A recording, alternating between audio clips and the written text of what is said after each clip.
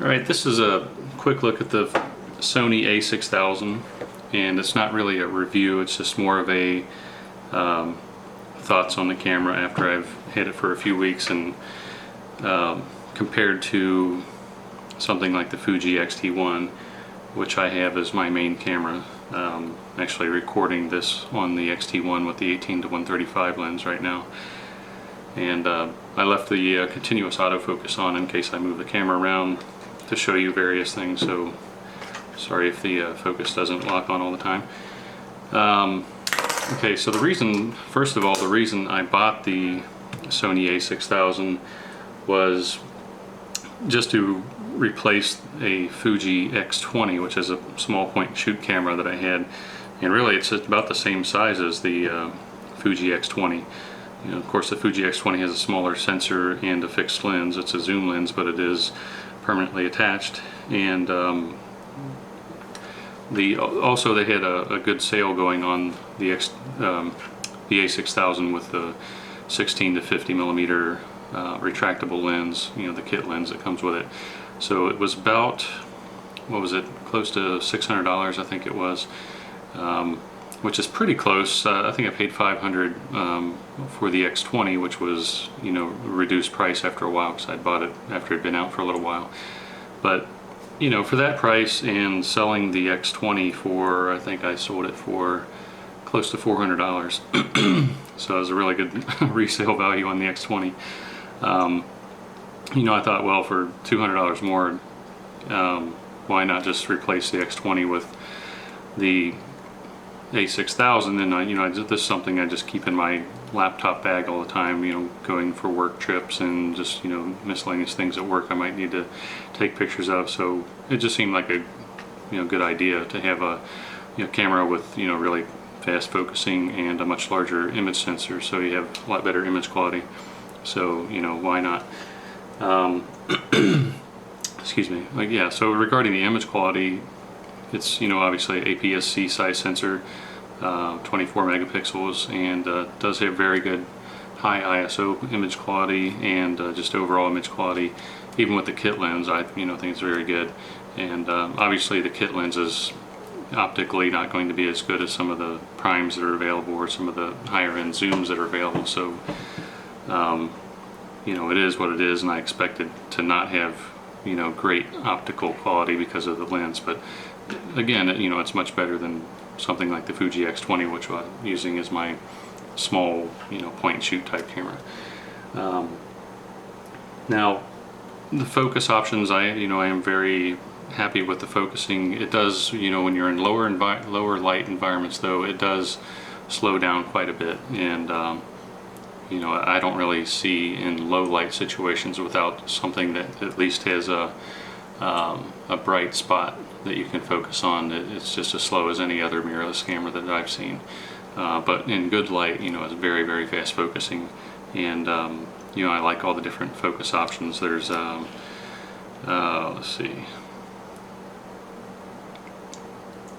the ability to let's see, you have the focus peaking, so in manual mode, so that's really nice. But the focus area, so you can set that to wide, what they call zone, center, and flexible spot, which is, you know, being able to move the focus point around to different points on the frame there. And as far as the back button focusing, I've set the AEL button. I changed, that's the other thing about this, you can customize a lot of things. All these buttons are pretty much customizable, everything on this, the custom 2, the AEL button, and the custom 1 in front. So basically I've got the AEL set up as AF on, so if for some reason I'm having trouble focusing on something, or if I've got it on a flexible spot, you know, a single point, and I don't want to go to the trouble of moving the focus point around, I can just point it at what I want. You know, say I've got the center focus point selected, point the camera at what I want, press the AF on, which is now on the AEL button, the auto exposure lock. Press that and it'll focus and, you know, lock the focus. and then you can hold that and then press the shutter button to get the exposure and snap the picture. So having the AF on, the good thing about having this back here, it does not automatically turn off the focusing on the shutter button. I think you can separately turn that off. So I know, excuse me, I know there's some people that prefer to have focusing on the shutter button turned off, but I don't like that. I'd rather use the shutter button for everything normally, and then if I need to, I can use the AF on back here and focus on something occasionally, and still use the shutter button to focus later on if I need to. So what I've got these set up as, I'll just look in the menu here real quick. Let's go into the menu. Okay, so yeah, so I've got the what is that? Function upper, hold on a second, I'm looking at, oh, never mind, I'm looking at the, let me go back, okay, custom key settings. Okay, so I've got the AEL button set for AF on, the custom button in the front here for focus mode, and custom 2 button down here for focus area, and the rest of them I just kind of left this, at the defaults. I've got the drive mode over here on this side, so you can do continuous shooting or single shooting, whatever you want to do. Put that back into single shooting. The display up here, so you can change whether you want remove some of the items from the menu or the display here, but I basically leave it on the one where you can see the shutter speed and aperture and the histogram. ISO settings on the right, leave that there, and then the metering on the bottom. So, and also I have, you can customize this too, this wheel up here I have set for exposure compensation, because I figure my fingers on the shutter button, and I just use my thumb real quick to do exposure compensation if I need to. And then the bottom wheel, when I'm in P mode, programmed auto, that's shifting the aperture and shutter speed. So I think that's a really convenient way to have it set up. So you have quick access to all the various things you need, anything related to focusing, anything related to the drive mode, ISO, and metering. So you've got all that right there. So I do like the fact that you can customize it pretty much any way you want to. That's really nice. Let's see, moving on here. Charging. So there's a micro USB connection on the side, and it's really nice that you can actually use that to charge the camera. They don't actually give you a battery charger when you buy the camera. They just give you a little USB, wall charger that you would have like for an iPhone or anything else. So then you just use a standard micro USB cord to plug in here to charge it. When the camera's off, it's charging, and then of course when you turn the camera on, when it's connected to a computer through the USB, and then it's then you can import your pictures, or pull the pictures off the card that way. So really, set up like this, I don't really need to take the battery out to charge it, and I don't really need to take the card out. On my XT1, it's just more convenient to turn it over and take the card out rather than hooking up the USB cord, because it's right on the side, whereas this one, the card is down here jammed right next to the battery, so it's not really all that convenient to get out. So it's nice that you can use that USB port for charging, which I hope that other camera manufacturers will do that in the future, because that is really nice. If you forgot your charger or whatever, you're likely to have another charger around, or borrow one from somebody. Somebody's bound to have a wall charger that they use for their Android phone or whatever, and with a micro USB cord, and so you could use that to charge your battery. The remote app, it does have Wi-Fi and NFC. I don't have an Android phone, so I don't use NFC. But the Wi-Fi app for remote shooting, it's a little funny on here. It's not really in a menu that I would normally be expecting. Well, you've got a tab here for the wireless functions, but then it's under this little application list here. So you go in there, and that's actually where you find the app for the remote shooting. And then so you, of course, once you enable Wi-Fi and on the camera, you connect to it on your phone. You know, select the phone, the camera is the device you're connecting to, the Wi-Fi access point, and then you start up the remote app on here. It's called Smart Remote Control, and then you'll have access to controlling the camera on your phone. But the thing I noticed about this one, this was not updated to the latest release. There's an update to this app, and the other crazy thing about this, not crazy, it's just different, but you have to go in and set up like a Sony Entertainment Network, I think is what it is, on the computer. So you go to the website for Sony Entertainment Network, I think that's it, and you set up an account, because you'll need that account to log in on this. So I believe you go to, let's go back.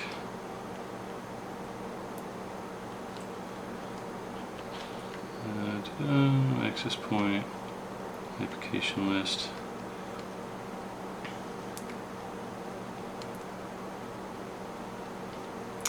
Well, rather than waste too much time, it's all on the book basically. So what you basically have to do is you have to open up what really turns out to be like a small web browser on the camera here. When you get to the right option, it'll open up what looks like an old school web browser, and you actually have to log in on the phone. You use the little wheel to move around to enter your username and password, and once you've logged into it once, you're okay.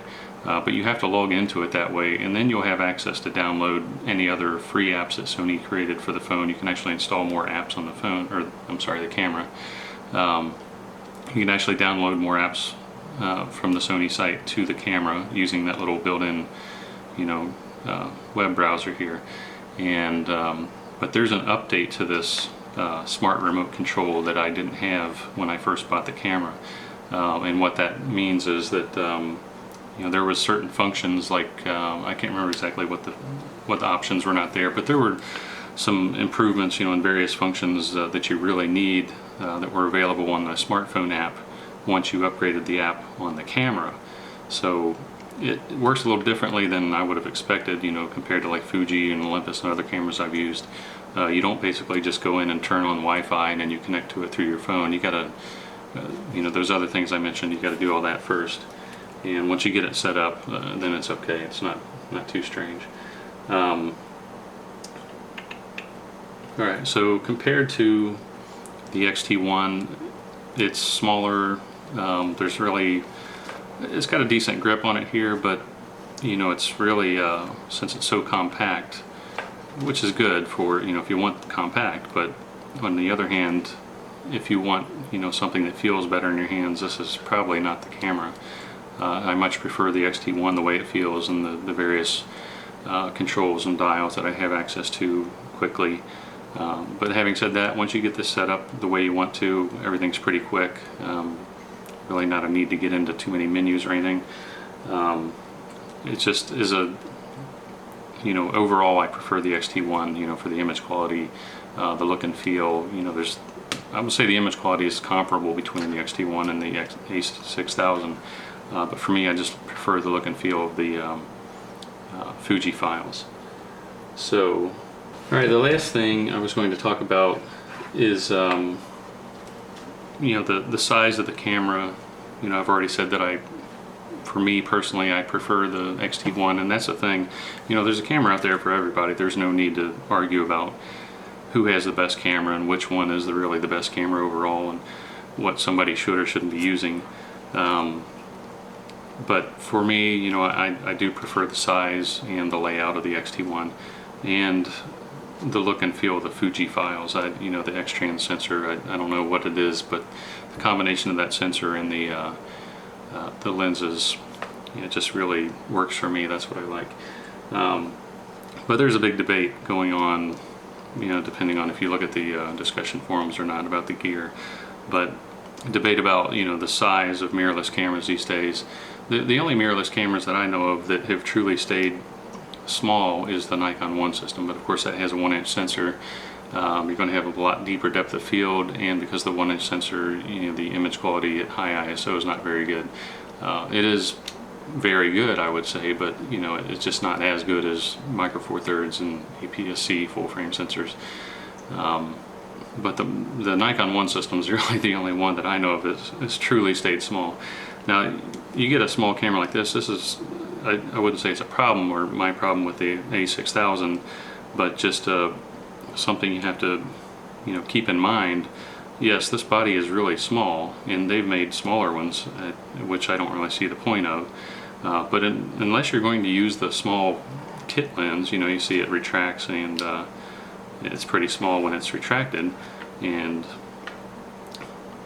if you're not going to use the kit lens or a pancake lens, and you put on a larger lens, you know, a 24-70 or some other lens that they come out with, you know, the longer telephoto zoom lenses and so on, this is not going to stay a small camera. The body's going to be small, and it's definitely going to be smaller and lighter than you know, a DSLR overall. But again, this comes down to what you prefer and whether you prefer the features and functions of something like a mirrorless camera, where, you know, what you see is what you get when you look at the viewfinder and the LCD screen on the back, you know, where you're constantly basically in a live view mode, instead of with an optical viewfinder on a DSLR you're shooting, and you really just don't know what you shot until you take a look at it, you know, after you've taken the shot. I don't really have a problem with the sizes of the cameras because I know going in what it is. So I don't really understand the, you know, the big debate. I guess if you're going to go down that road and commit yourself to saying, you know, mirrorless cameras are always smaller and lighter, and they are somewhat all the time, because the body is going to be smaller usually, and but unless you're going to commit to that hardline statement, that they're always smaller and lighter, that there's really no reason to argue about it. Again, it's just a personal preference of what you like, and whether that's something you care about when, you know, electronic viewfinder versus optical, and if you care about being able to see the image before you take it. And I've gotten used to the electronic viewfinder, and actually the one on the XT1 is excellent. I'm talking about the XT1 more than A6000 during this, but just as a comparison, I think it's a good thing to talk about, you know, the differences between the two cameras.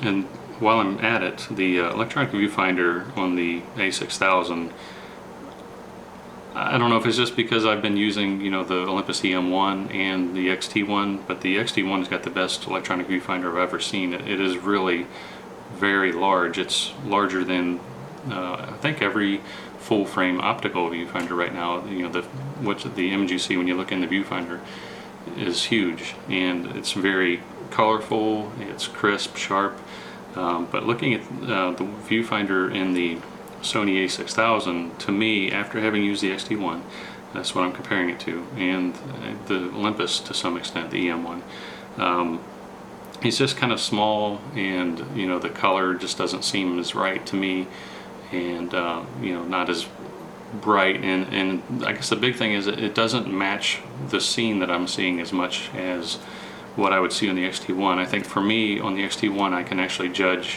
what I'm shooting based on what I'm seeing in the viewfinder, but I have a hard time getting the EVF and the LCD on the A6000 adjusted to the point where I can reliably use that as a judgment of what my exposure is going to be. So that's, you know, I guess if you want to call it that, that's kind of a complaint I have. The last thing I've mentioned about the A6000 is the metering. It generally tends to underexpose a little bit, and one thing I learned in a dark museum that had, you know, various airplanes spotlighted, an Air Force museum, I was using the A6000 and the XT1. The XT1 I had to dial in a whole bunch of exposure compensation, you know, negative exposure compensation, because it was very dark in there and it was wanting to, you know, make the exposure brighter. But the A6000 tended to do a little better with that. I didn't really need to use hardly any exposure compensation. And again, it tends to underexpose more than anything. So, you know, maybe it's better to leave it at 0 for the exposure compensation, or maybe in some cases you even in normal daylight conditions where there's no extremes, extreme shadows and extreme brights, maybe just leave it, 0.3, plus 0.3, because like I said, it does underexpose just a little bit. So anyway, overall, I'm very happy with it. It is what it is, and that's the reason I bought it, and my only purpose for it is just to mostly use it as a point and shoot camera. It does make nice video, so I might use this more for video, but honestly, the X-T1 is not that bad with video. I know a lot of people complain about Fuji and the video functions, but after the latest firmware update where you got version 3.0, you've got the 24 frames per second frame rate and all that, which is what I'm shooting this on now. I actually like that pretty well. The moire is pretty bad in some cases if you have a lot of, I don't know if you can see this here, but I don't know if this is doing it or not, but like siding on the side of a building or whatever, you might get some of that moire. But no, I stopped talking about the X-T1. It's supposed to be about the A6000, right? But I guess it's more of a little bit of both. Anyway, I've rambled on enough and just kind of went in every direction with this, so I think I'll probably stop now, and thanks for taking the time to watch it. I appreciate it.